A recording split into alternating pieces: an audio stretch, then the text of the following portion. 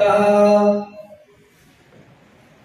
आप गाली देने के सिवा कर भी क्या सकते हो? तो शास्त्र कहता कटु भाषण कठोर भी नहीं बोलना चाहिए। अभी वैद्य जी बता रहे ना, ये वैद्य जी है ना, ये ब्राह्मण है और आयुर्वेद की औषधि उपचार करके सेवा की है जनता की, और सत्संग के इतने प्रेमी रहे हैं कि इनको मालूम पड़ जाए कि खुराने वाले महात्माओं को सत्संग पंथ कोष की दूर पे हो रहा है, सारे काम छोड़ करके वहां पहुंच जाते हैं। और ये भी मत समझना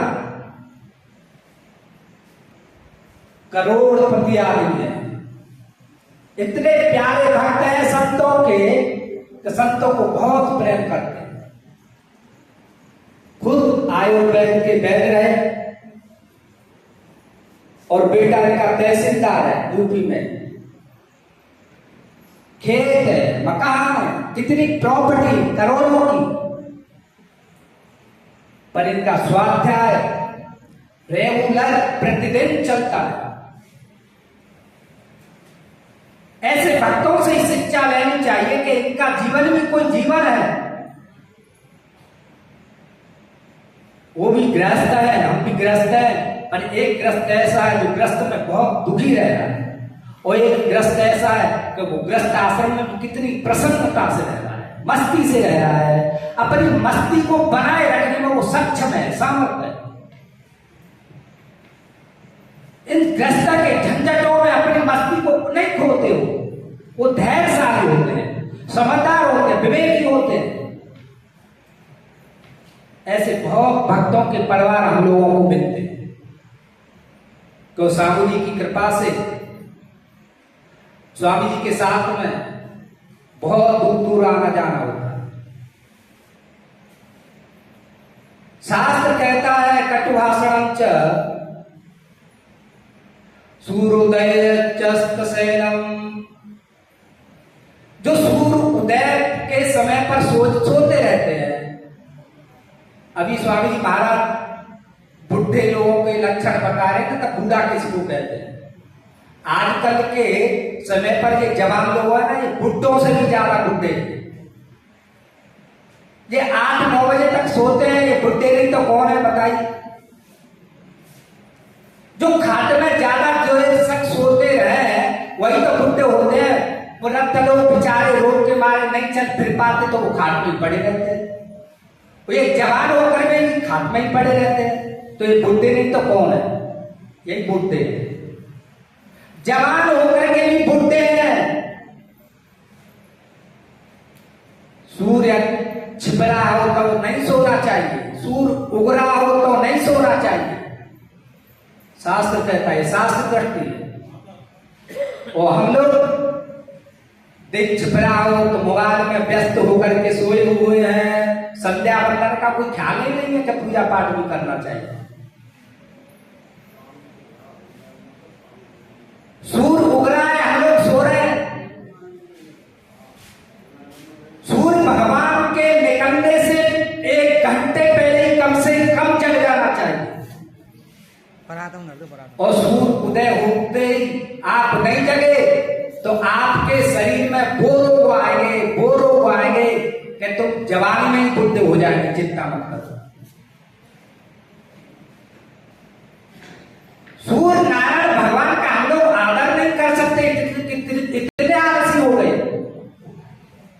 कोई बड़े लोग आते हैं ना, तो बड़े लोगों के आने से पहले ही खड़ा हो जाना चाहिए, उनका सम्मान करना चाहिए, आदर करना चाहिए। गुरुदेव भगवान आए उससे पहले खड़ा हो जाए आसन से।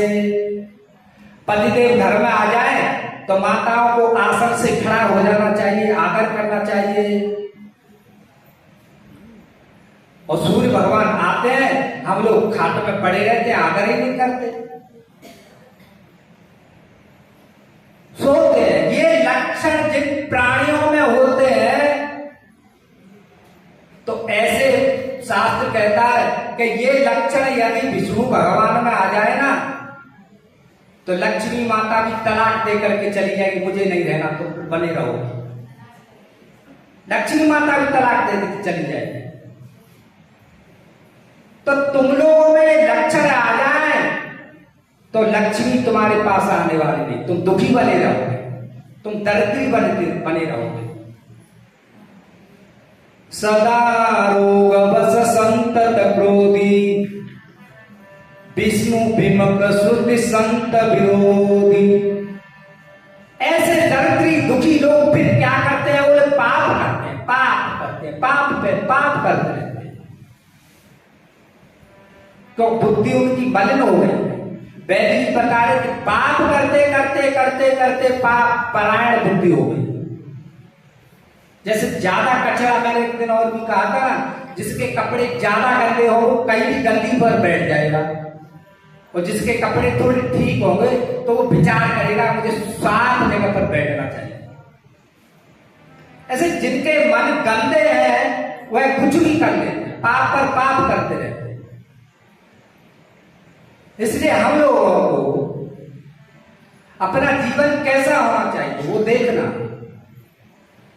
शास्त्रीय जीवन हो, शास्त्रीय दृष्टि हमारी बने तो मन हमारा ठीक बनेगा, और उस ठीक मन बनेगा, पवित्र होगा, शुद्ध होगा। तो जिस ज्ञान की बात लोग महात्मा कर रहे हैं ना, जिस ज्ञान से अज्ञान की निवृत्ति होनी है, अपने स्वरूप को अपने आप के रूप में समझना है, तो पहले मन ठीक करना पड़ेगा, अंतःकरण ठीक करना पड़ेगा, उसको संभालना पड़ेगा।